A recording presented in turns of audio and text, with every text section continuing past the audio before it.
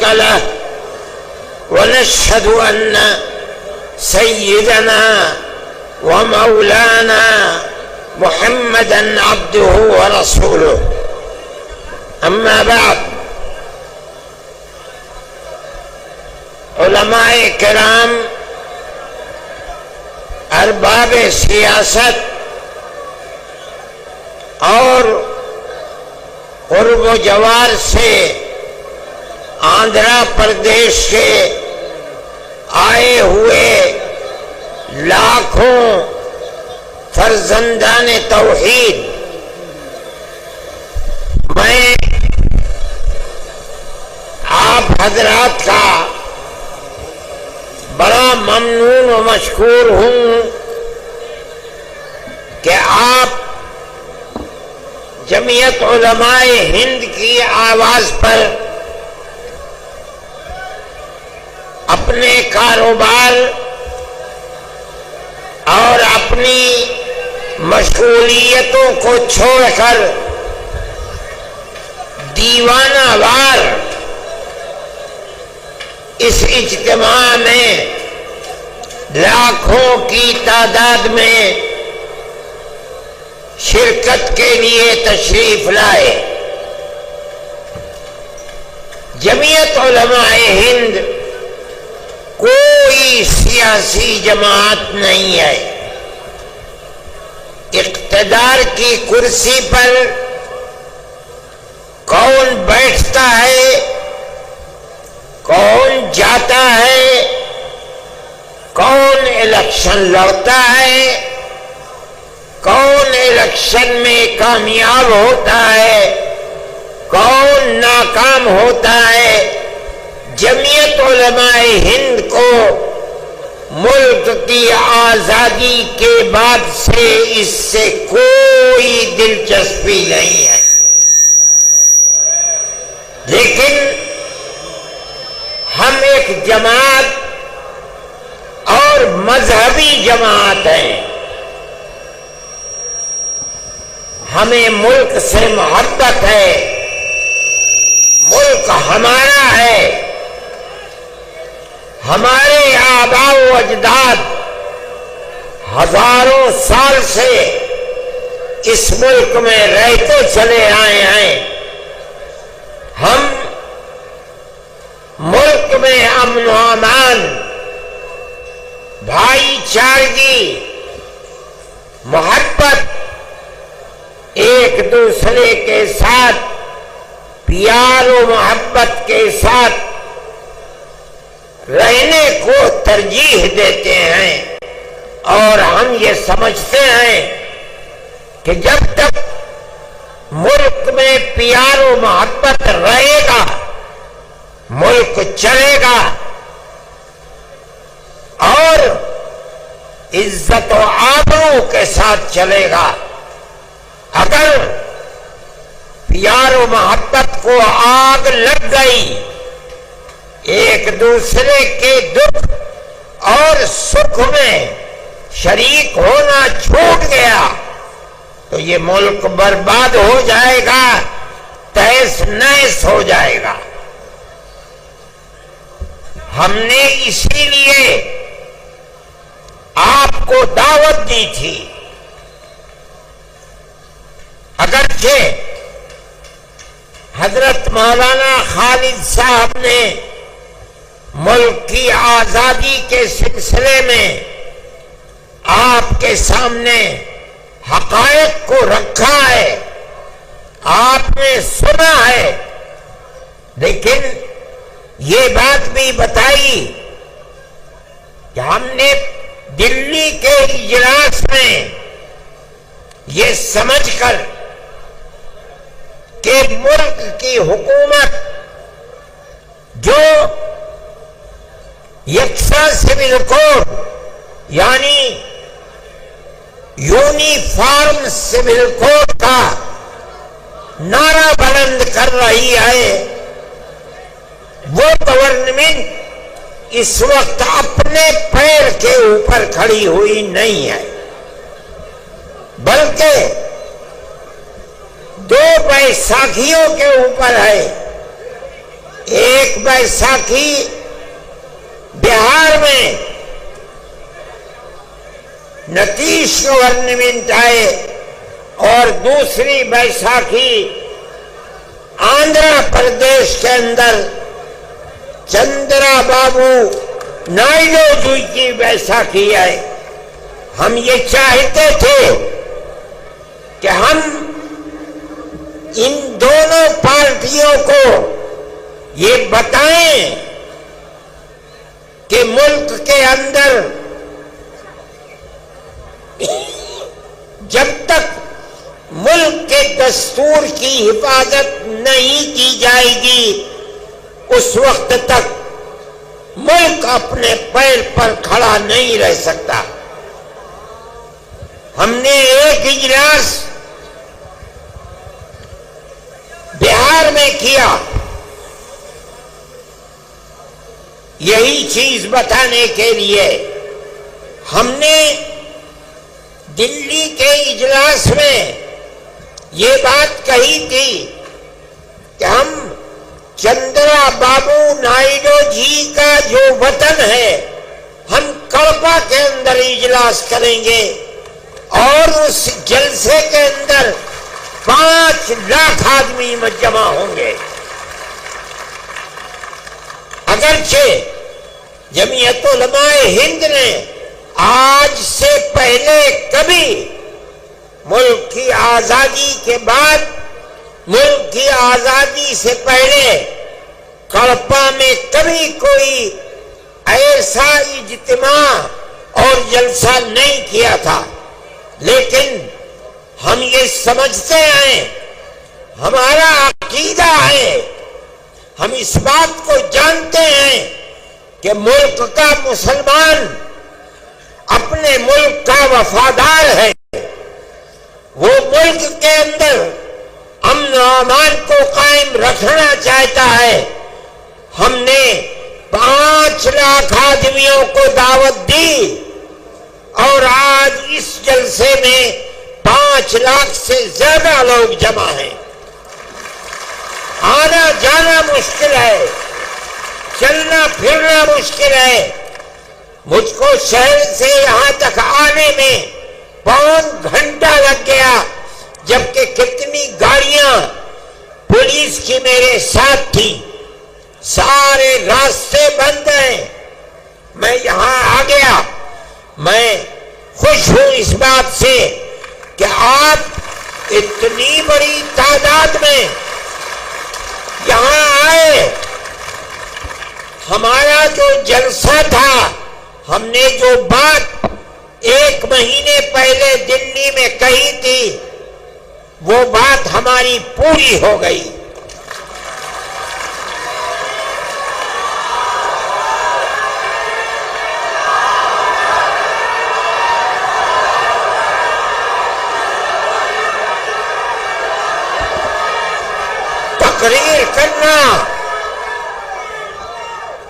تقریر کرنا ہمارا مقصد نہیں تھا. ہمیں تو گورنمنٹ کو یہ دکھلانا تھا, چندرا جی کی گورنمنٹ کو, کہ آپ جس صوبے اور اسٹیٹ کے چیف منسٹر ہیں وہاں کا مسلمان چاہتا کیا ہے.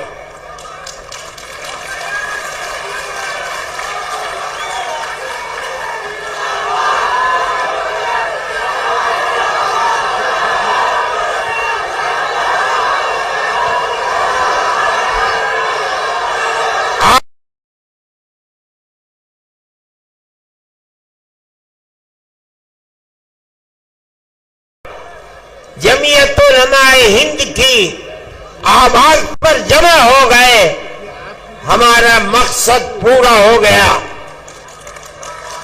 ہم یہ سمجھتے ہیں کیا ہم یہ سمجھتے ہیں کہ آپ کے یہاں جمع ہونے کی آواز صرف اس پردیش ہی میں نہیں, پورے ہندوستان میں نہیں, پوری دنیا کے اندر پہنچ رہی ہے.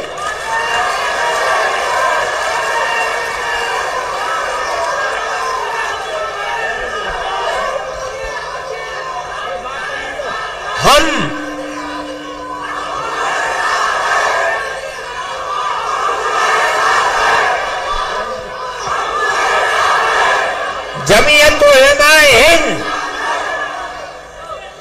جمعیت علماء ہند یقینی سمجھتی ہے کہ اللہ اگر چاہے گا تو یہ بل ریجیکٹ ہوگا، پاس نہیں ہوگا انشاءاللہ۔ آپ کی گورنمنٹ جن بیساکھیوں کے اوپر بی جے پی گورنمنٹ ٹکی ہوئی ہے، آپ کی گورنمنٹ اس آواز کے بعد جو آج آپ آواز دے رہے ہیں، یقیناً اس بل کی مخالفت کرے گی۔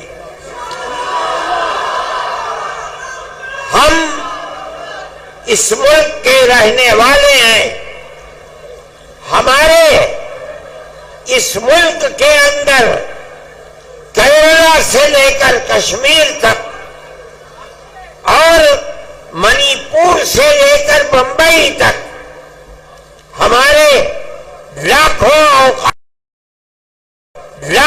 اوقاف ہیں۔ آج سے نہیں، اس ملک میں مسلمان 1300 سال سے رہتا ہے، 1300 سال سے کیرالہ سے لے کر شمالی ہندوستان تک، مغربی ہندوستان سے لے کر مشرقی ہندوستان تک 1300-1400 سال سے ہمارے اوقاف ہیں، بڑی بڑی مسجدیں ہیں۔ دلی کی جامع مسجد سے بادشاہوں کی بنائی ہوئے بڑی بڑی مسجدیں ہیں۔ آج تک قانون یہ تھا کہ جو قبرستان ہے یا مسجد ہے یا خانقاہیں ہیں، اگرچہ ان کے کاغذات نہیں ہیں، لیکن ان کی صورت یہ بتا رہی ہے کہ وہ مسجد ہے، اس کا مطلب ہے کہ وہ مسلمانوں کا وقف ہے۔ اس لیے جو پرانا دستور تھا وقف کا، اس میں یہ بات لکھی ہوئی ہے کہ جو مسجد ہے اس کو وقف مانا جائے گا۔ چنانچہ آج تک 1300 سال سے کاغذات میں اس کو وقف ہی بتایا جاتا ہے۔ یہ پرانا وقف ایکٹ تھا۔ ملک کی بدنصیبی ہے کہ آج اس ترمیمی بل کو لا کر ہمارے سر کے اوپر پہنایا جا رہا ہے۔ وہ یہ کہتا ہے کہ اگر وقف کے کاغذات نہیں ہیں تو اس کو وقف نہیں مانا جائے گا۔ ہم 1300 سال پہلے کے کاغذات کہاں سے لے آئے؟ 600 سال، 700 سال، 800 سال، 500 سال کے کاغذات کہاں ملیں گے؟ لیکن ہمارا یہ عقیدہ ہے، ہم مسلمان ہیں، مسجد خدا کا گھر وہی معتبر ہوگا جو وقف زمین کے اوپر ہے۔ جو زمین اللہ کی زمین ہے، کوئی اس زمین کا مالک نہیں ہے۔ کسی کی زمین کو چھین کر مسجد نہیں بنائی جا سکتی۔ اگر بنی ہے ہم اس کو مسجد نہیں سمجھتے۔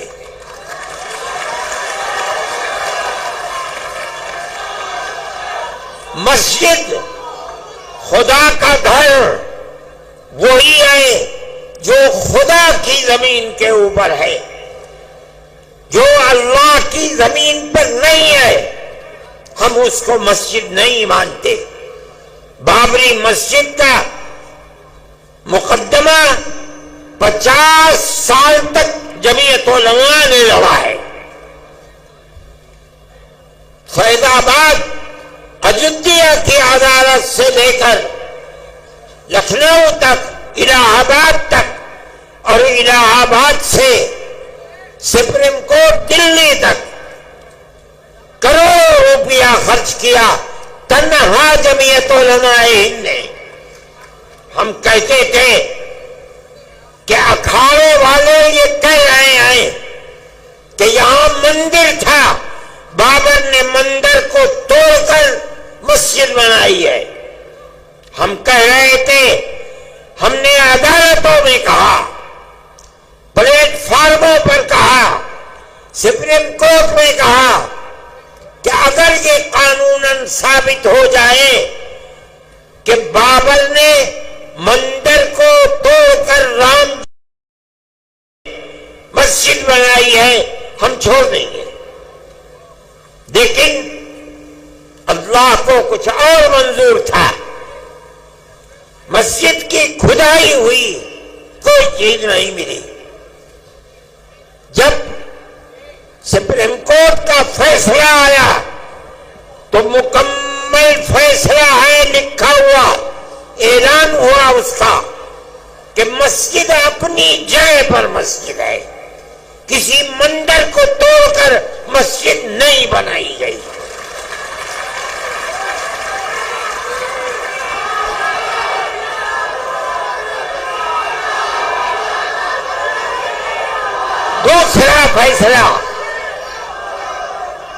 دوسرا فیصلہ یہ ہے سپریم کورٹ کا کہ جن لوگوں نے مسجد کو شہید کیا، مسجد کے اندر گھس کر بت رکھا ہے، وہ مجرم ہے۔ لیکن ہم یہ سمجھ رہے تھے کہ تیسرا فیصلہ اب یقیناً یہ آئے گا کہ مسجد مسجد ہے، مندر نہیں ہے، مسلمانوں کا حق ہے۔ لیکن تیسرا فیصلہ آیا کہ ہم مسجد اکھاڑے کو دیتے ہیں۔ ہم کچھ نہیں کر سکے، وہ ہماری سب سے بڑی عدالت ہے، لیکن ہمیں اس بات کی خوشی ہے کہ بابری مسجد مسجد تھی۔ ہندوستان کا سپریم کورٹ بتاتا ہے مسجد اپنی جگہ پر ہے۔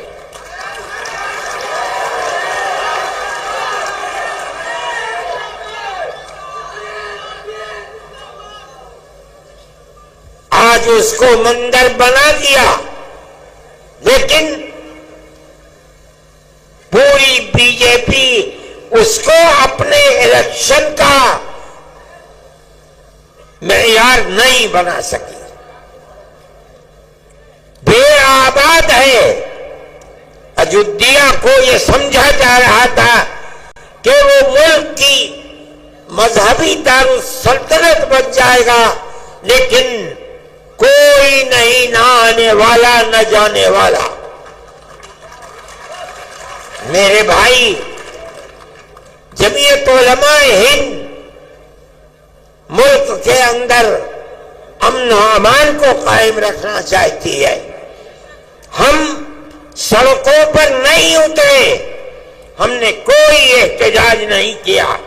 سپریم کورٹ ہمارا ہے، ہمارے ملک کی سب سے بڑی عدالت ہے۔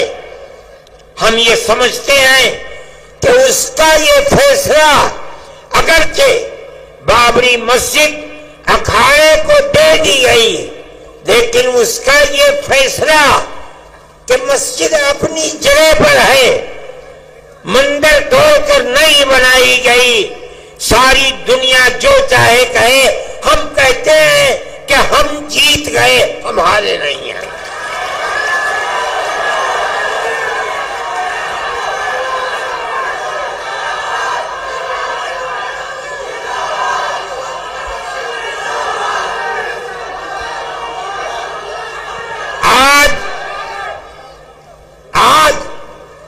یہ مسئلہ وقف کا چلا دیا۔ ایک وقف کا قانون بنا ہوا ہے، ملک کی آزادی سے پہلے سے بنا ہوا ہے۔ اس کے اندر جمعیت علماء نے اپنے بڑے بڑے اجتماع کر کے اس کی کمزوریوں کو دور کرایا، اور آج وہ قانونی بل ہے، اس کے اندر یہ بات ہے وقف بائی یوزر کہ جو وقف کی حیثیت سے، مسجد کی حیثیت سے، درگاہ کی حیثیت سے، خانقاہ کی حیثیت سے، قبرستان کی حیثیت سے 100، 200، 3، 4، 5، میں کہتا ہوں 1300 سال سے چلا آ رہا ہے، اس کے کاغذات ہیں یا نہیں ہیں؟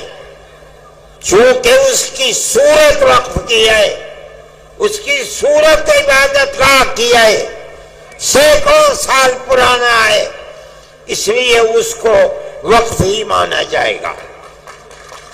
اسی قانون پر عدالتوں کے فیصلے ہیں، وقف کونسل کے فیصلے ہیں، وقف بورڈ کے فیصلے ہیں۔ کیوں؟ اس لیے کہ ہندوستان میں مسلمان اسلام کا ماننے والا ہے، قانون یہ ہے کہ جو وقف ہے وہ وقف ہی رہے گا، جس کی صورت وقف کی ہے اگرچہ اس کے کاغذات نہ ہو، اس کو وقف ہی مانا جائے گا۔ آج تک اسی کے اوپر عمل ہو رہا ہے۔ آج یہ ترمیمی بل، میں جس کی صورت کو برا سمجھتا ہوں، وہ ترمیمی بل یہ آ رہا ہے کہ اگر کاغذات نہیں ہیں اس وقف کو وقف نہیں مانا جائے گا۔ اس کا مطلب ہے کہ گورنمنٹ اس کو کھا جائے گی۔ ہمارے ہزاروں اوقاف، لاکھوں اوقاف، 800 سال، 700 سال، 600 سال پرانے بڑی بڑی مسجدیں ہیں اور ان سے ملحقہ زمینیں ہیں جن کو یہ گورنمنٹ کھانا چاہتی ہے۔ ہم نے آپ کو جمع کیا ہے تاکہ آپ اپنی صوبائی گورنمنٹ کے سامنے اپنے اس نظریے کو رکھیں کہ مذہبی اعتبار سے ہمارے اوقاف ہیں، اس کے خلاف اگر کوئی نیا بل آتا ہے جو ہماری ان اوقاف کو ہڑپ جانے کے لیے قانون بناتا ہے، ہم اس قانون کو قبول کرنے کے لیے تیار نہیں ہیں۔ نعرہ تکبیر، جمعیت علماء ہند، مولانا ارشد مدنی۔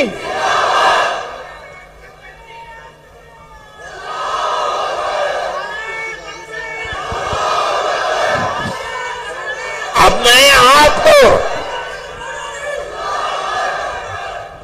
آپ کو اس وقف نے، اس ترمیمی بل نے جس کی ہم مخالفت کر رہے ہیں، میں آپ کو بتاتا ہوں یہ موجودہ ترمیمی بل نہیں ہے، در حقیقت مسلمانوں کے اوقاف کو کھا لینے کے لیے بل لایا گیا ہے، ہڑپ کرنے کے لیے بل لایا گیا ہے، مسلمانوں کی جائیدادوں کو چھیننے کے لیے بل لایا گیا ہے۔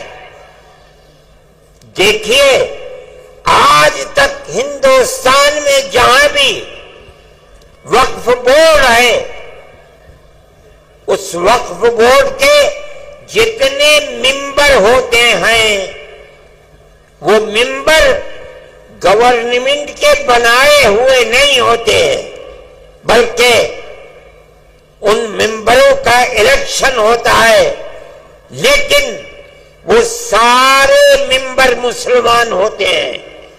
کیوں؟ وقف مسلمانوں کا ہے، مسلمانوں کے اوقاف پر وقف بورڈ کے اندر کام ہوتا ہے، اس لیے 11 ممبر ہوتے ہیں عام طریقے پر، شرط ہے وہ 11 کے 11 الیکشن سے آتے ہیں اور سب کے سب مسلمان ہوتے ہیں۔ اب آپ دیکھیے اس بل کی نمبر 11 کا اے، پیج نمبر صفحہ نمبر 6، وہ یہ کہتے ہیں کہ بورڈ کے 11 ممبر جو گورنمنٹ جن کا انتخاب کرتی ہے، انتخاب نہیں ہوگا بلکہ گورنمنٹ کو خود منتخب کر کے بغیر الیکشن کے لا کر رکھے گی۔ ہم کیا جانتے ہیں کہ کن کو رکھتے ہو؟ پھر وہ کہتے ہیں کہ ان 11 میں سے صرف 4 ممبر مسلمان ہوں گے اور 7 ممبر غیر مسلم ہوں گے۔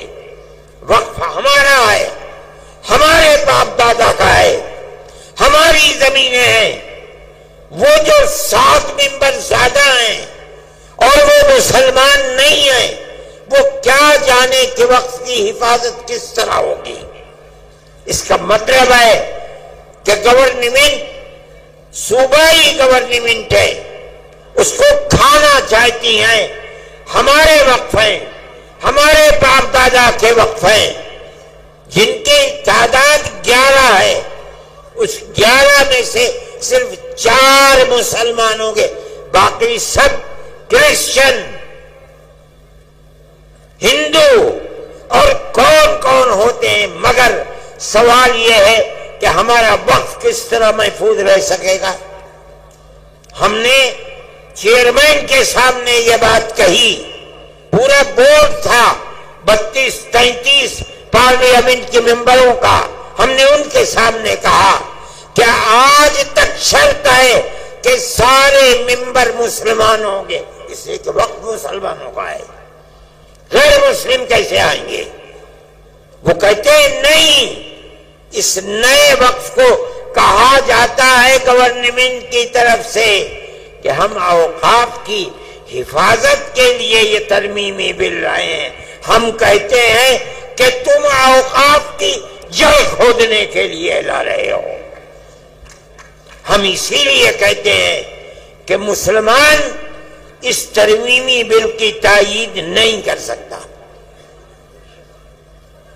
اسی لیے ہم نے چیئرمین کے سامنے کہا، پارلیمنٹ کے ممبروں کے سامنے کہا، ہم آپ کے سامنے کہہ رہے ہیں کہ آپ ان کی کمزوریوں کو سمجھیے۔ یہ کہہ رہے ہیں کہ ہم مسلمانوں کے اوقاف کی حفاظت کے لیے ترمیمی بل لائے ہیں۔ ہم کہتے ہیں جھوٹ بول رہے ہو، تم اوقاف کو مسلمانوں کی آگ لگانے کے لیے یہ بل لائے ہو۔ دوسری بات،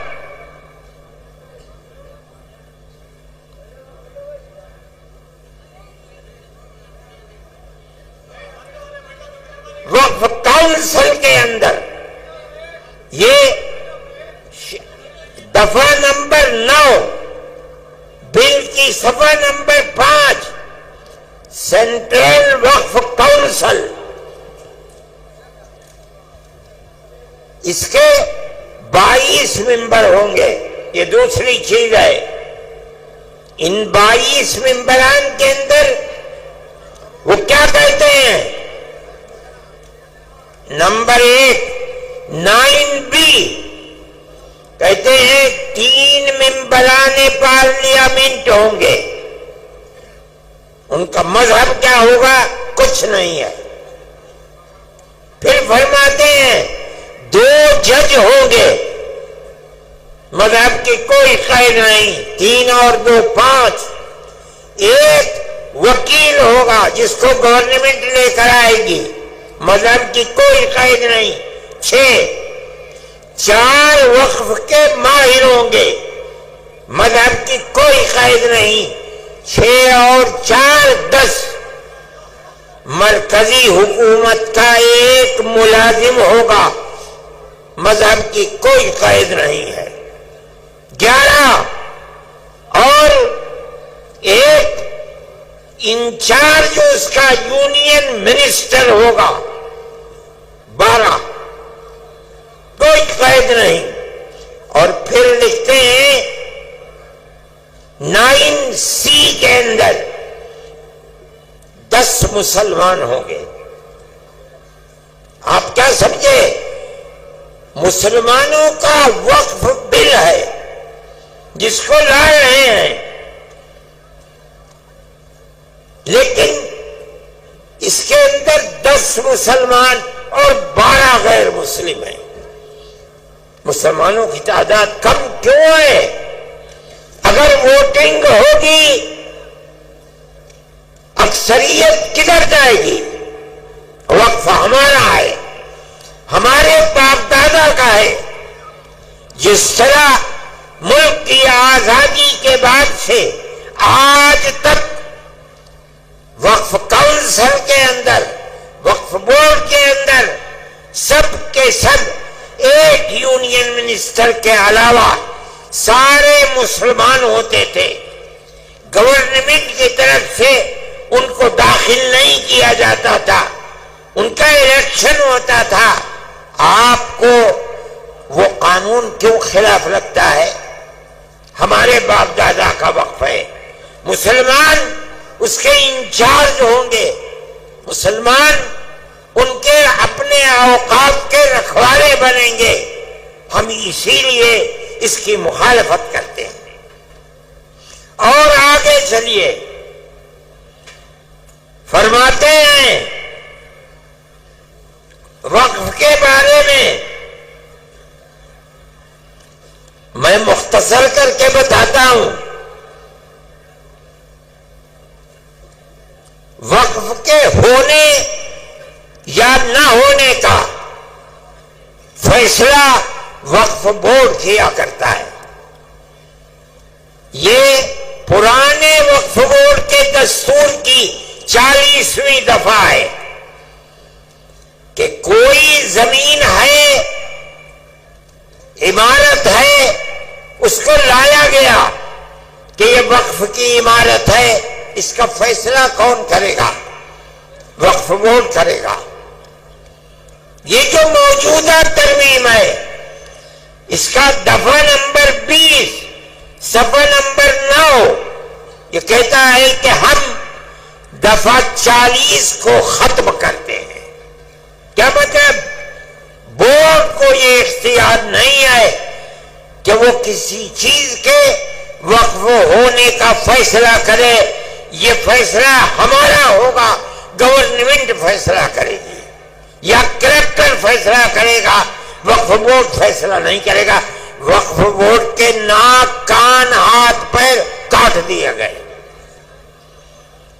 آگے کہتے ہیں 3 دفعات ہیں۔ دفعہ 107 آج کے وقف کے اندر یہ دفعہ ہے 107۔ کیا ہے؟ اگر کسی آپ کے شہر کی عمارت میں کوئی آدمی 50 سال سے قبضہ کیے ہوئے ہے،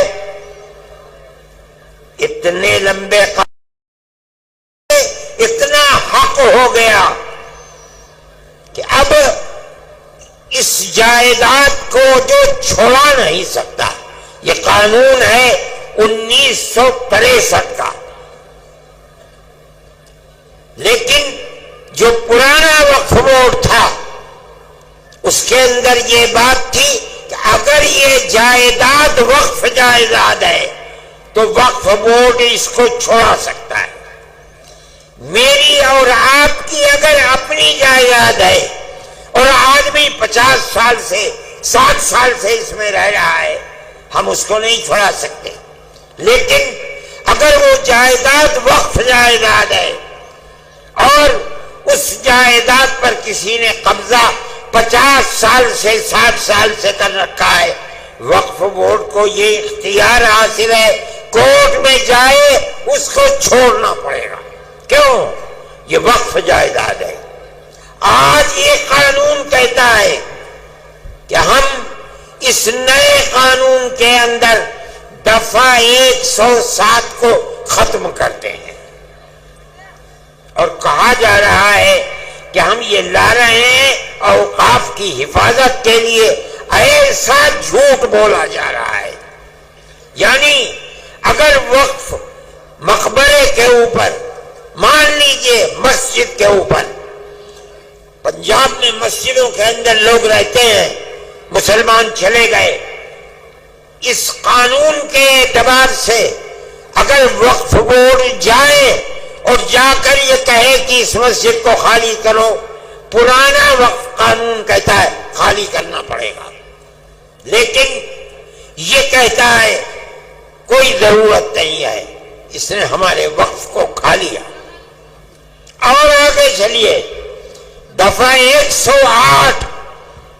108 میں کوئی پاکستان چلا گیا، اس کی جائیداد فوراً کسٹوڈین نے اپنے قبضے میں کر لی.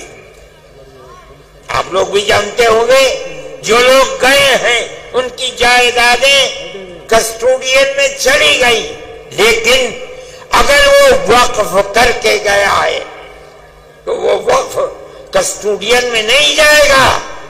قانون آج تک یہی ہے. اب آپ سنیے، یہ ترمیمی بل کہتا ہے کہ ہم دفعہ 108 کی پرانی وقف بورڈ کو ختم کر دیں گے. کیا مطلب ہے؟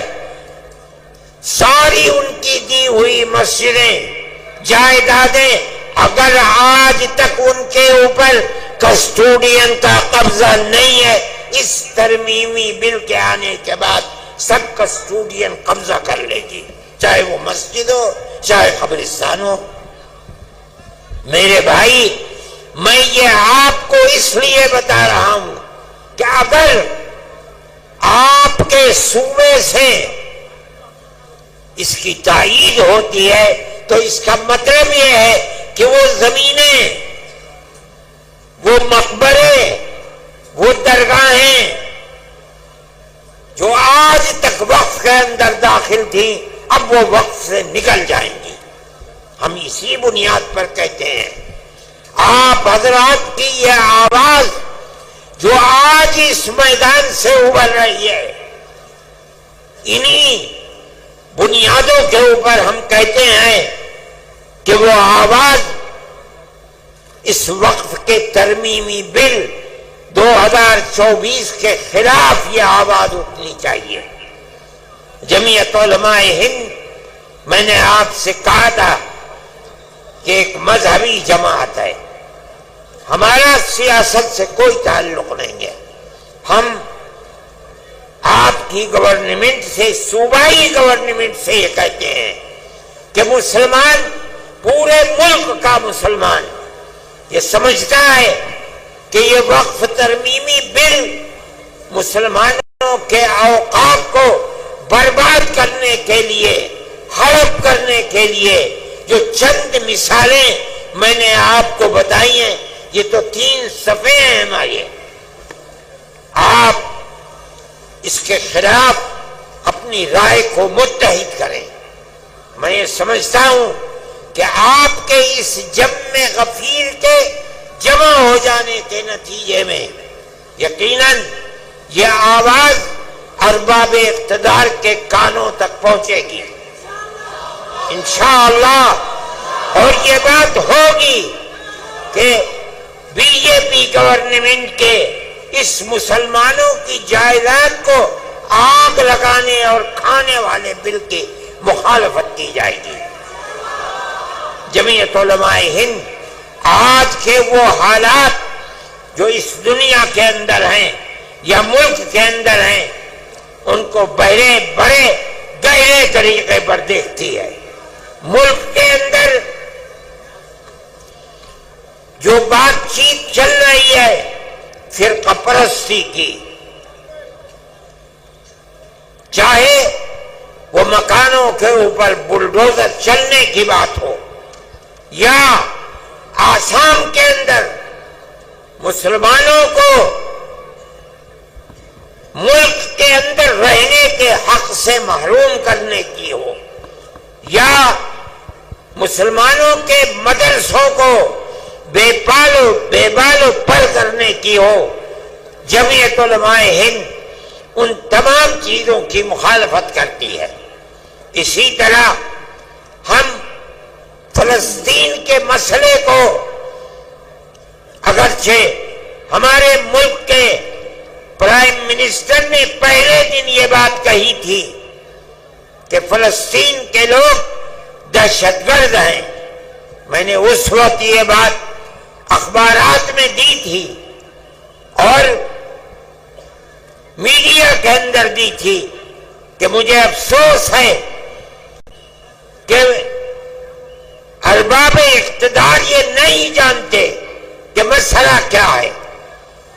مسئلہ تو صرف اتنا ہے کہ اسرائیل کو یورپ اور امریکہ نے خلافت اسلامیہ ترکیہ کو توڑ کر اسرائیل کو جنم دیا، بیت المقدس اس میں نہیں تھا۔ اس کے بعد امریکہ یورپ نے مل کر اسرائیل میں اپنی فوجیں بھیج کر فلسطین کے اوپر قبضہ کیا، بیت المقدس پر قبضہ کیا، ہزاروں آدمی مارے گئے، بیت المقدس پر قبضہ کیا، فلسطین کو اپنا غلام بنا لیا۔ اس کے بعد پھر شام کے اوپر حملہ کیا اور گولان کی پہاڑیوں پر قبضہ کر کے یہودیوں کی بستیاں بسا دی۔ اگر یہ کہتے ہو کہ فلسطینی دہشت گرد ہیں، آزادی کی لڑائی نہیں ہے، تو ماننا پڑے گا کہ جواہر لال نہرو جنہوں نے یہاں آزادی کی لڑائی لڑی ہے وہ بھی دہشت گرد تھے۔ نعرہ تکبیر! یہ ماننا پڑے گا گاندھی جی دہشت گرد تھے، ابوالکلام آزاد دہشت گرد تھے۔ اس کا مطلب ہے کہ تم کچھ نہیں جانتے۔ ان کا موقف بدلا، اب وہ یہ کہتے ہیں کہ ہم فلسطینیوں کے ساتھ ہیں۔ ہم یہ سمجھتے ہیں کہ جو کچھ اسرائیل کر رہا ہے وہ تنہا اسرائیل نہیں ہے، پورے امریکہ کی طاقت، امریکہ کے اسلحے، امریکہ کے بمبار طیارے، سب کچھ اسرائیل کے ساتھ ہیں، اور مسلمان بچوں کو، عورتوں کو، بوڑھوں کو، جوانوں کو مارا جا رہا ہے اور ان کو بھوک کی تپش کے اندر ان کی جان نکالی جا رہی ہے۔ ہم اس کے مخالف ہیں۔ ہم یہ سمجھتے ہیں کہ جو دنیا کے اندر ہو رہا ہے دنیا مخالفت کر رہی ہے، وہ اسرائیل کو ظالم سمجھتی ہے، لیکن اس کے باوجود بھی اسرائیل کا معاملہ تھمنے کو نہیں آ رہا ہے۔ ہم مخالف ہیں، دنیا میں سب کو جینے کا حق ہے، اسی طریقے سے فلسطینیوں کو بھی جینے کا حق ہے۔ دوسری بات، ہم یہ بات کہتے ہیں کہ ملک کا دستور جمعیت علماء کے لوگوں کا بنایا ہوا دستور ہے۔ مولانا ابوالکلام آزاد، مفتی کفایت اللہ، مولانا حسین احمد مدنی، مولانا حسرت موہانی، یہ وہ لوگ ہیں جو ہندوستان کے دستور کو بنانے کے اندر شریک ہیں۔ اس لیے کہ جیسے جیسے ملک کی آزادی قریب آتی تھی، جمعیت علماء بار بار کہتی چلتی تھی ہم سے وعدہ کرو کہ ملک جب آزاد ہوگا تو ملک کا دستور سیکولر دستور ہوگا۔ گاندھی جی، موتی لال نہرو، جواہر لال نہرو، گوبند بلبھ پنت، لوگ وعدہ کرتے چلتے تھے، پوری کانگریس، کہ ملک کا دستور سیکولر دستور ہوگا۔ وہ دستور کی دفعات جن کے اندر مذہب کو زندہ رکھنے اور زندگی کے ساتھ ضمانت دی گئی ہے، مولانا ابوالکلام آزاد حسرت موہانی مفتی کفایت اللہ کی بنائی ہوئی دفعات ہیں. آج ان دفعات کو یہ کہا جا رہا ہے کہ یہ دفعات بڑھائی ہوئی دفعات ہیں. کسی کو کچھ پتا نہیں ہے. آج جو لوگ اقتدار پر ہیں انہیں پتا نہیں کہ ملک کی آزادی میں قربانی کنہوں نے دی ہے, ملک کا دستور کیا کہہ رہا ہے, انہیں کسی چیز کا پتا نہیں.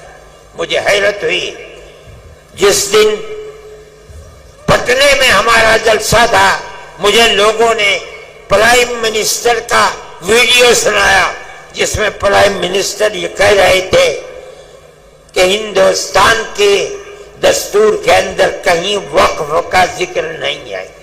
میں نے اپنے سر کو پیٹا.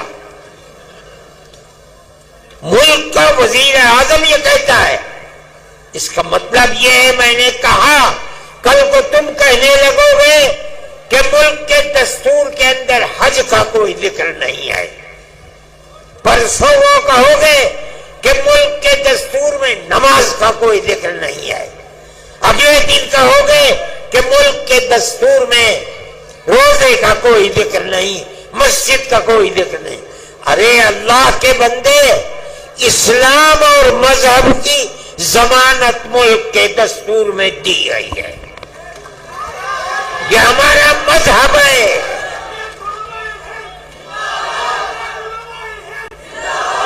مگر میں کیا کہوں, میری سمجھ میں نہیں آتا کہ آج جو لوگ اقتدار کی کرسی پر بیٹھے ہیں انہیں مذہب ہی کا نام نہیں آتا, نہ وہ کچھ جانتے ہیں. ہمیں ہمارے مذہب کی ضمانت دی گئی ہے.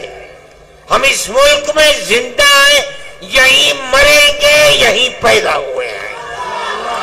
اور مولانا ارشد مدنی, ہندوستان, نعرہ تکبیر, آئین ہند. اپنے مذہب کے ساتھ زندہ رہیں گے. ہمارا ایمان ہے, ہمارا مذہب مرنے والا مذہب نہیں ہے. جنہوں نے ہمارے مذہب کو مارنے کے لیے اپنے تیر و تفنگ چلائے ہیں وہ خود مٹ گئے, مذہب اسلام سے.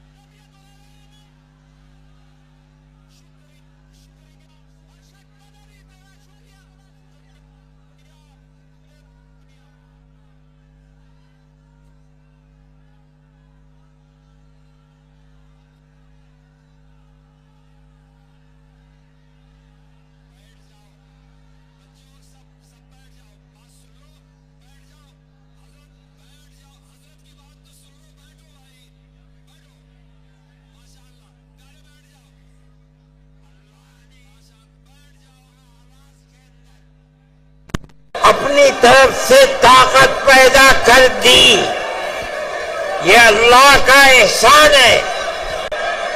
اللہ چاہے گا تو وہ ہمارے خاص طور پر اس مذہبی معاملے میں ہماری مدد کرے گا. بلکہ گورنمنٹ اور ملک کی فرقہ پرست ذہنیت مذہب اسلام کو بدلنا چاہتی ہے، ختم کرنا چاہتی ہے، یکساں سول کوڈ کو لانا چاہتی ہے. وہ لوگ انشاءاللہ ناکام و نامراد ہوں گے اور مذہب اسلام انشاءاللہ زندہ رہے گا. میں آپ سب کا اور جن لوگوں نے اس اجلاس کے لیے دامیں درہمیں سخنے مدد کی ہے، میں ان سب کا اور انتظامیہ پولیس والوں کا ارباب سیاست کا جو یہاں ہیں، میں اپنے دل کی گہرائیوں سے ان سب کا شکریہ ادا کرتا ہوں. اللہ تعالی آپ حضرات کے آنے کو قبول فرمائے. آپ جس طرح خیر و عافیت کے ساتھ آئے ہیں، آمین کہو حضرت. دعا فرما رہے ہیں. خیر و عافیت کے ساتھ دعا ہو رہی ہے. آمین کہو.